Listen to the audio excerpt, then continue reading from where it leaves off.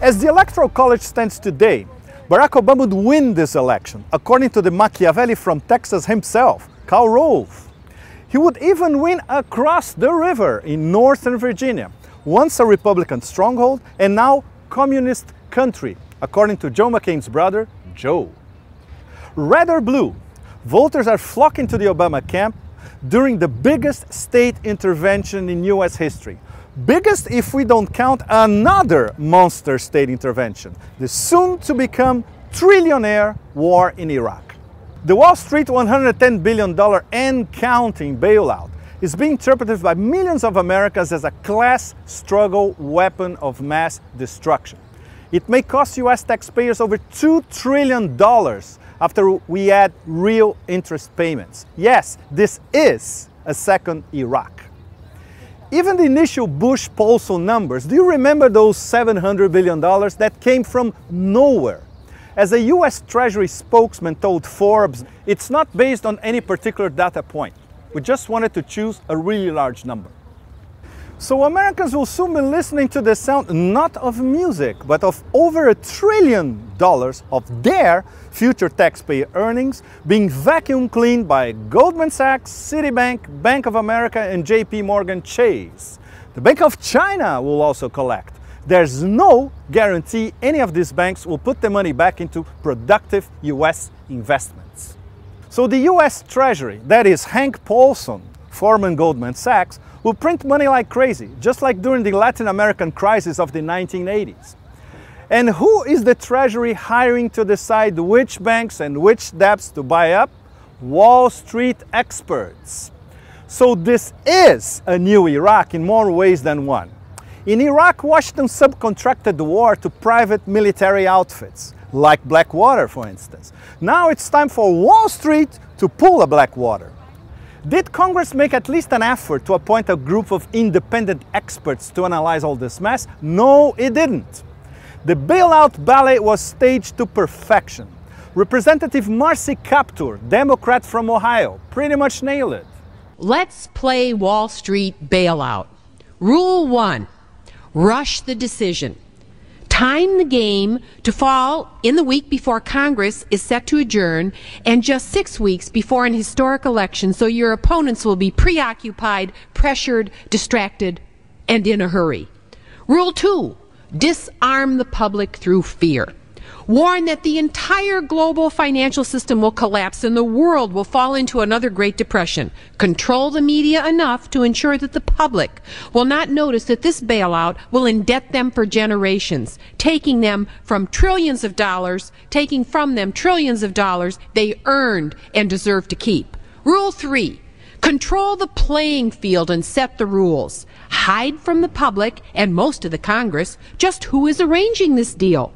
Communicate with the public through leaks to media insiders. Limit any open congressional hearings. Communicate with Congress via private teleconferencing calls. Heighten political anxiety by contacting each political party separately. Treat members of Congress condescendingly, telling them that the matter is so complex that they must rely on those few insiders who really do know what's going on. Rule 4, divert attention and keep people confused. Representative Brad Sherman, Democrat from California, warned that martial law would be imposed in the US if the bailout did not pass. The only way they can pass this bill is by creating and sustaining a panic atmosphere. That atmosphere is not justified.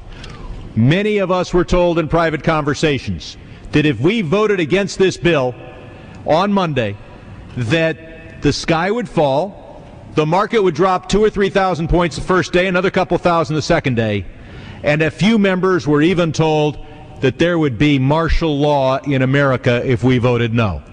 The Economist, the voice of the City of London, says that economists are mostly Barack Obama cheerleaders. But what was Obama doing before the bailout was approved? Both Obama and McCain were frantically calling House representatives to change their nay into a yay. Were there other options apart from the biggest redistribution of wealth, this one towards the top and not towards the bottom? Since the 1917 October Revolution in Russia, of course there were. Here's one offered by two respected Yale economists. Essentially, it involves, and I quote, "pay off all the delinquent mortgages." Instead, Obama bought the bailout hook, line, and sinker. That's how he's explaining it in the campaign trail. This is not a plan to just hand over $700 billion of your money to a few banks on Wall Street. If this is executed the right way, then the government will temporarily purchase the bad assets of our financial institutions so that they can start lending again, and then sell those troubled assets once the market settles down and the economy recovers. In other words, if this is managed correctly, we will hopefully get most or all of our money back, possibly even turn a profit on the government's investment. Obama may be leading the polls, but this has more to do, according to the Washington Post, with, I quote, "negativity about the country's financial prospects" than an Obama plan B to deal with the financial crisis. Obama was not proactive, he was reactive to the Bush-Paulson plan, which then became the Bush-Paulson-Pelosi-McCain-Obama bailout plan. Obama could have called dozens of economists to educate him about the financial crisis in Mexico in 1997, Brazil in 1999, and Argentina in 2001. He could have learned how Sweden dealt with its own crisis in 1989. Yes, they pay more taxes, but they have one of the highest standards of living in the whole world. And this when Paulson, Mr. Goldman Sachs himself, revealed that the first bad debts will be bought up only after the November 4 elections. So American voters won't even see if the bailout worked before they elect Obama or McCain and their new House representatives. So there was no national debate. Could it be because those who voted yay had received 41% more money from financial sector over their congressional careers than those who voted nay, according to the nonpartisan Center for Responsive Politics?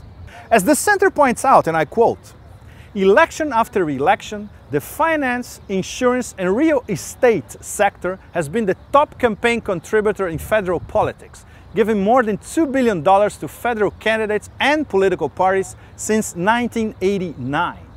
Whoever is elected, Obama or McCain, will inherit the whole Bush administration mess, which includes the biggest fiscal and foreign deficits in US history and no control of monetary policy."